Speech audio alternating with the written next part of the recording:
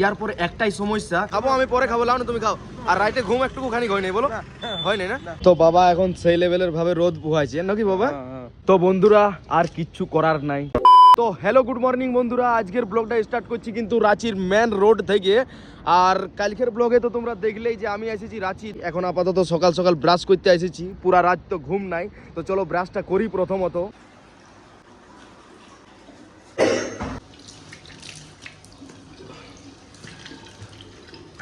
তো বন্ধুরা ফ্রেশ করে মুখ ধুয়ে নিলাম। ইয়ার পরে একটাই সমস্যা যে প্রতিদিন আমি চান না করে খাবার খাই নাই, আজকে কি হই চলো দেখি। তো এখন আরেকবার আইলাম এই যে রোড দিকে, এইখানের কিন্তু ভিউটাই আলাদা লেভেলের, বাট ভিউ দেখতে আসি নাই। ভাই আমার চা খাইছে, দেখতে পাইছো পুরো সুরো, বাট আমাকে বলছে দাদা তুমি তো খাবে নাই, আমাকে দেখাই নাই খাইছে।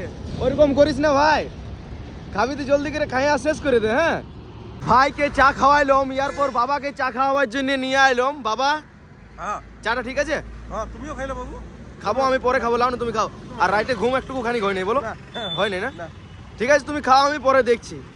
তো বন্ধুরা এখনো পর্যন্ত চান করবার কোনো পজিশনও পাইনি, আর কোনো মানে সুবিধাও পাচ্ছি না, কোথাও জুত পাচ্ছি না। বাথরুম তো আছে কিন্তু প্রচুর ঠান্ডা জল, এত ঠান্ডা আমার এই পুরো শরীর খারাপ হয়ে যাবে। তো একটু বেলা হোক, দেখি কি করা যায়, আর না হলে খাইতেই হবে, কোনো করার নাই। বাইরে এসেছি, এত ধরলে হবে নাই। তো বন্ধুরা আর কিচ্ছু করার নাই, ইয়ার পর চা খাইতে যাচ্ছি। মেন ব্যাপার হচ্ছে যে পুরা রাত জাগিয়েছিলাম নাই, তার জন্য প্রচুর পরিমাণে খিদা লাগছে। চান করার সুবিধা পাইলাম নাই, বাট দেখি যদি পরে হয় তো চানটা করা যাবে। বাকি প্রথমত পেট পূজাটা করতে হবে। দেখো সময় কটা হয়ে গেল, দেখো এখন সময় হয়ে গেল 8:46, 9:15 মতন বাজছে। আমার শরীরটাও সাথ দিবে নাই, খাওয়া দাওয়াও মাস্টলি আগে দরকার। চলো চা খাই, আর কি কি পাওয়া যায় চাড়িয়ে খাইয়ে নেবো। क्यों भाई? अंकल एक तो चाय दे दीजिए, अब आएगा मजा। তো বন্ধুরা এরপর চাটা খাই, প্রথমে চা আর তারপরে ঝালমুড়ি খাইয়ে পেটটা তো ভরাই। আর ভাইও আরেকবার চা নিল। কি ভাই ঠিক লাগছে তো? সেই লেভেলের বল তো একবার, সেই লেভেলের। তো বন্ধুরা ভাই বেশিরভাগ হিন্দিতে কথা বলে, বেঙ্গলি পুরাই জানে, তো বলা করাইলাম সেই লেভেলের। তো বন্ধুরা পেট ভরাবো তারপরেই ছাড়বো। ইয়ারপর ইডলি, এখন আবার খাচ্ছি ব্রেড চপ। প্রচুর পরিমাণে খিদা লাগে গেছে, না খাইলেও লই। তো বাবা এখন সেই লেভেলের ভাবে রোদ বুহাইছে নাকি বাবা? ঠান্ডা লাগছে বিরাট ঠান্ডা। খাবে না কিছু বাবা? আর এখন কিছু খাবো না, চা নাস্তা করলি। আচ্ছা আর কিছু খাবে না? বিস্কুট খেলাম, এখন আর কিছু খাবো না। আচ্ছা আচ্ছা ঠিক আছে, রোদ বুহাও সেই লেভেলের ভাবে। তো বন্ধুরা আমিও একটুখানি রোদ বুহাই, আর এইখানে বসি, সেই লেভেলের রোদটা আসছে। দেখো সূর্য মামা। আর আরেকটা জিনিস বন্ধুরা, হয়তো তোমরা ভাবছো সকাল থেকে আমি ভিডিও আর খাওয়া নিয়ে ব্যস্ততা আছি, বাট এমনটা লই, পেশেন্টের সাথেই এনি টাইমে আছি। যখন বাইরে বার হচ্ছি তখন খানিক ভিডিও আর খাবার দাবার নিয়ে ব্যস্ততা আছি। তো যাই হোক, এখন আপাতত কালের তুলনায় আজকে পেশেন্টটা অনেক ভালো আছে।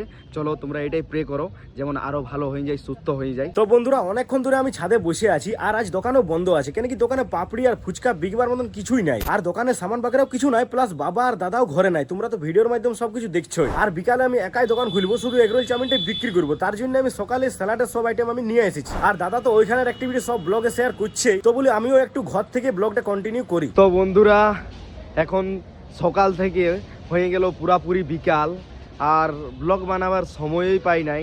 মেন ব্যাপার হচ্ছে যে পেশেন্টটা ছিল, সেই পেশেন্টটার সাথেই একরকম থাকতে হয়েছে।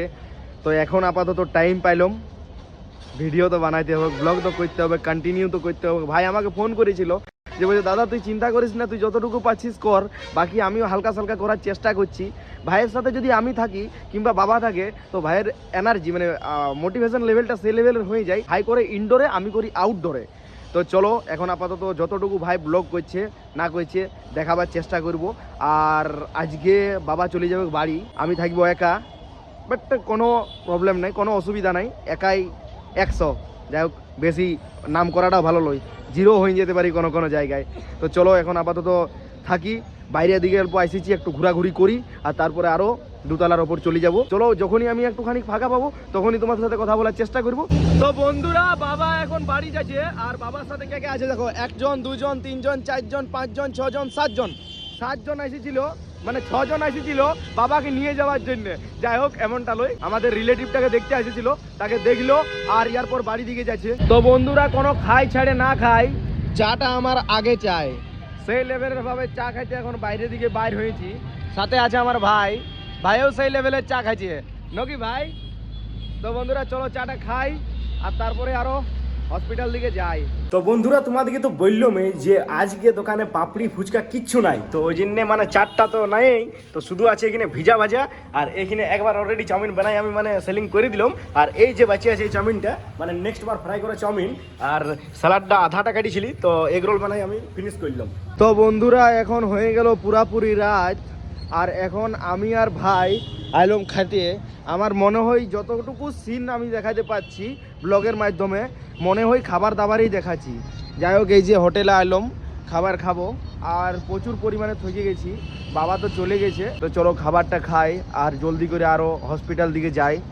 আর আজকের মতন বেশি কিছু বলবো না, এরপর ব্লগটা শেষ করব। টায়ার্ড লাগছে শরীরটা আর কি ঠিকভাবে। কালকে তো পুরা রাতে একটুকু খানিকও ঘুমাই নাই। তো চলো যদি একটুখানি সুযোগ পাই তো চোখটা একটু লাগাবো, মানে একটু ঘুমাবো আর কি, সেটাও সুযোগ পাই। তো চলো বন্ধুরা, এরপর কালকে সেই লেভেলের ভাবে তোমাদের সাথে ব্লগ করার চেষ্টা করব। আজকের মতন ভালো থাকো, সুস্থ থাকো, চলো বাই।